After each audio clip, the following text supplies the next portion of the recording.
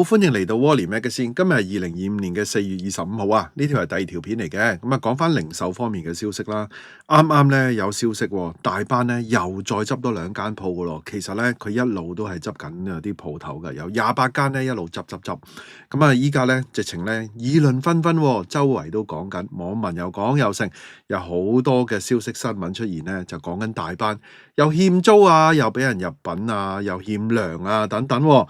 咁啊今日咧會同大家盤點下咧5大跡象，到底大班係咪離樓咧？係咪就嚟執笠咧？有餅券點算好啊？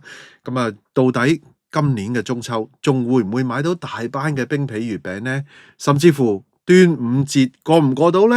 咁不如去片啊，同大家講下呢啲新聞同消息啦。喺開始之前，希望大家免費訂閱我頻道 ，subscribe 我 channel，comment like 同埋 share 埋俾你朋友啊！如果可以嘅話咧，免費 join 埋我 Patreon 作為後備。行有餘力嘅話咧，可以喺 Patreon 嗰度咧每個月請我飲咖啡嘅噃。另外咧，我有一個最高級別嘅會員，咁啊有額外嘅內容啊，敏感嘅議題同埋一啲付費嘅內容俾大家嘅。多謝大家。東周刊咧喺4月24號啦，咁啊傍晚證實消息喎，原來咧大班嘅太子啊，同埋咧荃灣嘅愉景新城兩間店咧，突然之間結業啦，而且咧東周刊話大班係只係先執呢兩間先嘅啫。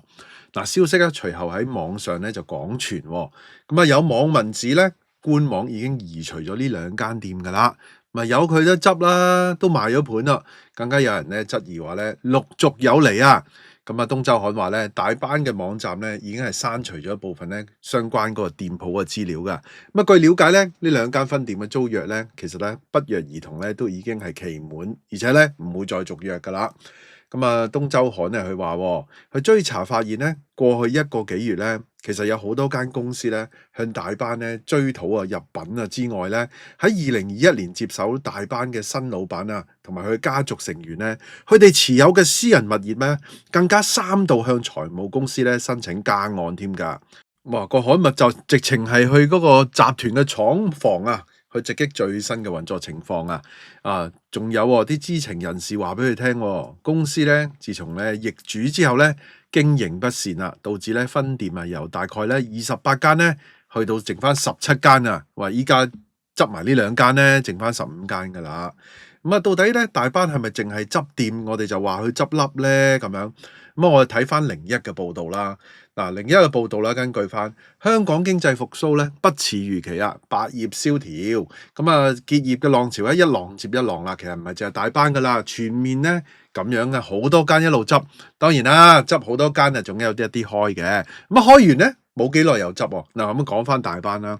咁啊，除咗咧零售同埋餐飲業之外咧，首創冰皮月餅聞名嘅大班麵包西餅咧，亦都一度傳出咧就嚟執笠啊，結業嘅邊緣。咁啊，繼早前咧爆出拖糧啊、拖欠呢個強積金啊等等啦，近日咧再度傳出咧多間店鋪咧被追租嘅情況嘅消息啦，咁啊引起外界咧對佢個財務嘅狀況咧備受關注啦，甚至乎有網友咧認為咧呢個係咧執笠嘅先兆嚟個噃。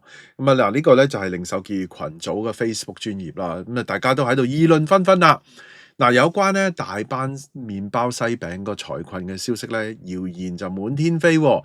坊間咧曾經多次傳出咧大班隨時倒閉咁嘅危機嘅喎。最近咧再有網友咧喺本地嘅社交平台咧發帖喎，話咧大班麵包啊，聽啲員工講咧，連續幾個月咧已經係冇出糧㗎啦。咁啊怕遲早咧都會執笠㗎喎。咁啊大班麵包咧亦都係接獲得多封嘅律師信添㗎。咁啊11間嘅店鋪咧就交咗租未咧？啲人喺度問緊啊。咁啊上水咧大班麵包嘅員工咧聽到員工話咧，好多間分店執笠啦。咁啊大家咧要快啲換晒啲券啊，唔係咧遲早變廢紙啊。咁啊相關嘅貼文咧唔夠1日咧就火速被刪除喎，但係咧仍然喺網上咧掀起熱烈嘅討論㗎。咁有人咁樣講啦，喂，你幫襯多啲，佢咪唔會執笠咯。但係亦都有網民講，表示咧，喂，唔係好睇好啊。咁啊紛紛咁樣留言啦，有餅卡咧，喂，大家就唔好留啦。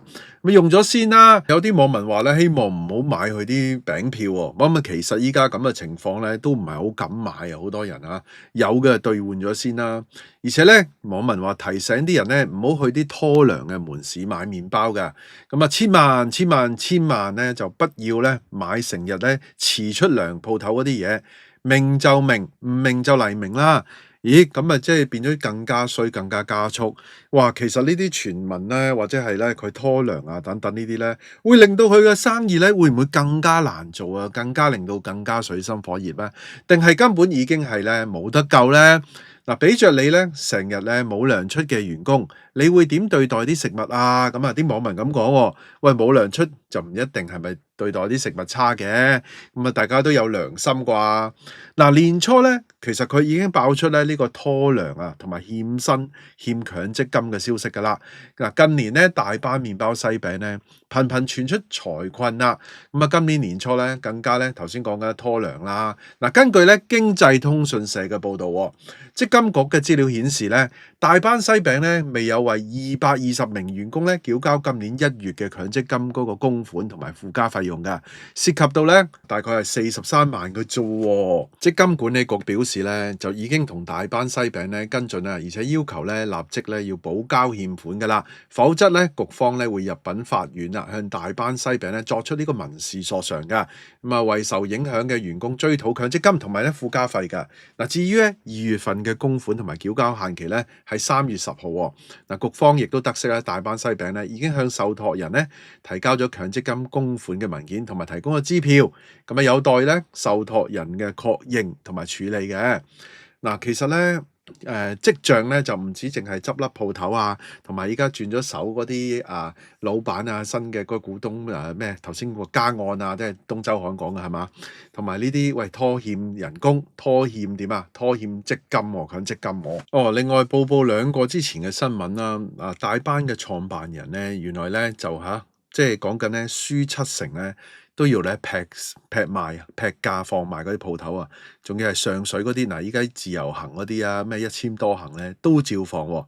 你諗下，輸70%喎，67% 啊，你連埋使費70%噶啦，連環放咗2間添啊，即係呢啲就自用鋪啦，都係唔睇好啊，係嘛？好啦，咁啊睇翻咧大班嘅高層佢點講啦。嗱，傳聞咧就持續發酵啦。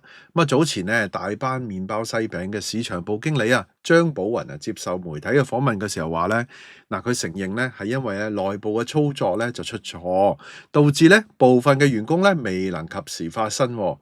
哇，咁都得嘅，咁樣係嘛？咁啊依家俾人傳啦，係嘛？咁到底係咪真係會執笠咧？咁樣，咁你咁樣減翻啲鋪頭係咩原因咧？咪聽下佢講啦。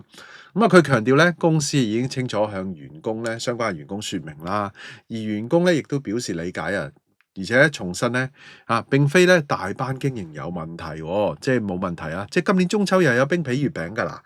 好啦，嗱，翻查資料啦，大班西餅咧早於1984年呢個叫做郭紅軍咧就成立嘅喎。咁初時咧主要係售賣麵包西餅，之後咧就推出咗呢個全球首創嘅冰皮月餅啊，咁深受即係呢個大家嘅歡迎啦。我都以前成日都買嘅，即係中秋買冰皮月餅嘛。